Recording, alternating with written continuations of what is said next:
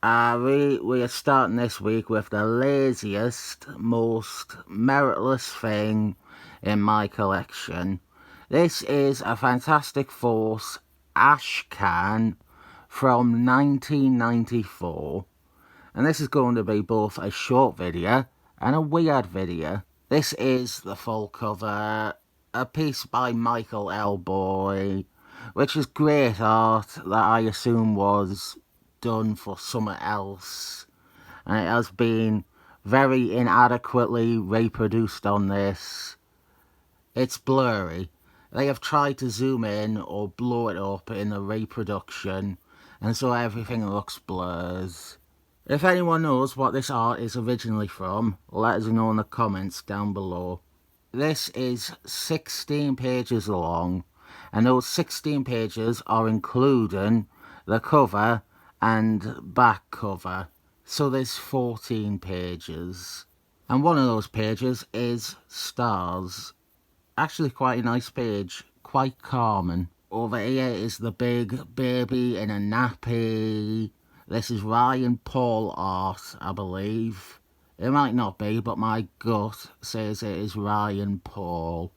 I should explain what an ashcan is. Ashcans are a thing that exist entirely for copyright reasons. They aren't even for readers, really. They are the equivalent of samplers for corporate reasons. They aren't intended for sale, even. On that front, you could kind of forgive the cover not being... Never mind, they charged 75 cents. So fuck them. They are expecting people to buy their administrative practice. Yeah, the idea is generally these are made to trademark something. Producing comics takes time, whereas you can put something like this out and use it to trademark a character or a team or a name before it is actually in a comic. I think that is what this is used for. But there are a few things of note in 1994 for Fantastic Force. There was the Roger Corman movie, there was the animated series, and then there was what I assume this was created to establish copyright on, the spin-off team, Fantastic Farce. After this introduction by the big baby in a nappy, what we have is a very quick overview of Fantastic Force and their origin. All of it using Jason Byrne art from a Jason Byrne retelling, rather than any from the originals. The crazy thing is, this is the retelling from an issue of What If? What If issue 36?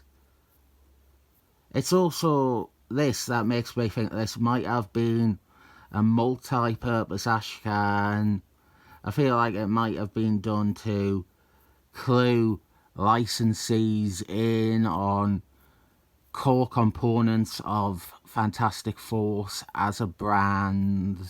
I feel like it may have been done to trademark Fantastic Force, but they also thought to use this as a preview or a sampler for licensing agreements. You get the very core of the origin, the very basic ideas. Like toy companies, they could send this to Toy Biz, and Toy Biz would know what to write on the back of the action figures. We all know the origin story, I would hope. They go into space, they get powers. The choice of Jason Byrne over Jack Quimby is the most astonishing thing in here.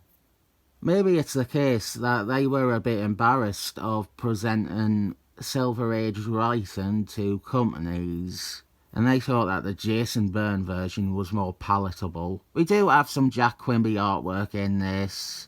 We go from their origin to some of their adventures to the marriage of Mr. Fantasticals and Invisible Wife, and the birth of Franklin Fantasticals. The next page is maybe the funniest bit of the entire thing. It's like, I'll allow you some time here to guess what we are showing next. What might be on the next page. Is it going to be Mr. Doom, Galactus Man, the Inhumans, Black Panther, Silver Surfman, Seaman? No, it's something only I would insist was core or important to Fantastic Force. The time Invisible Wife got into bondage. The inclusion of this, including this as if it's part of the very basic Fantastic Force Bible, is excellent. I love it. Maybe, possibly, maybe they were wanting to trademark this as well. I would trademark this if I could. It's great. Notably, this was in the animated series, toned down, but to see it highlighted here and then incorporated there is worth pointing out. Yeah, maybe what we have after the origin is legitimately just talking about characters or names they want to trademark. We have Mr. Fantasticals as Daz, and then Franklin Fantasticals from the future.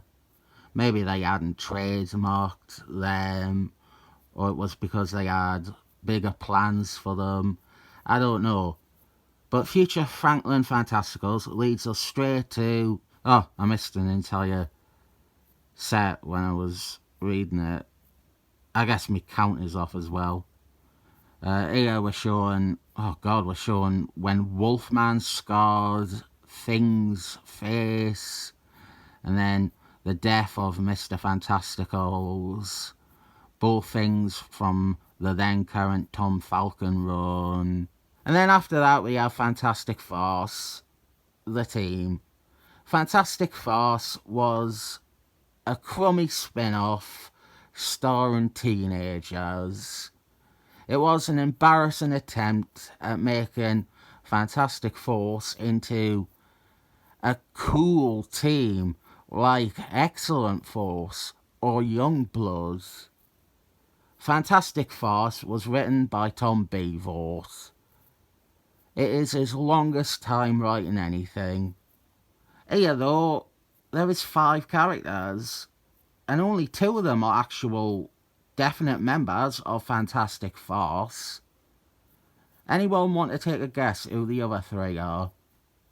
I think one might be an early design of Vibraxus, because they do have a Black Panther type symbol on them, but the other 2 are harder to pin. The woman flying in the background looks like it might be Quiznos from Kazar. Fantastic Force is... It's a bad idea. It was a bad idea from conception. But I do wonder if it could have been improved in execution. It wasn't. But like, what if they got someone good to do it? Excellent Force was turned around and made into a fairly decent book after we got rid of Robert Liefeldman.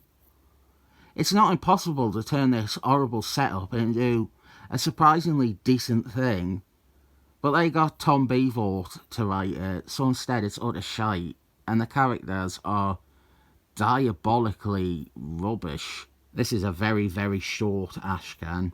1, 2, 3, 4, 5, 6, 7, 8, 9, 10, 11... 12, 13, 14, 15, 16. No, my count was right. I just missed it when I was reading. There's nothing to talk about here, let alone recommend. I got it because I like the Michael L. Boy piece used on the front, but even that isn't presented well. I don't give this much worth at all. Definitely not 75 cents. Barely even worth a 7 thumbs up.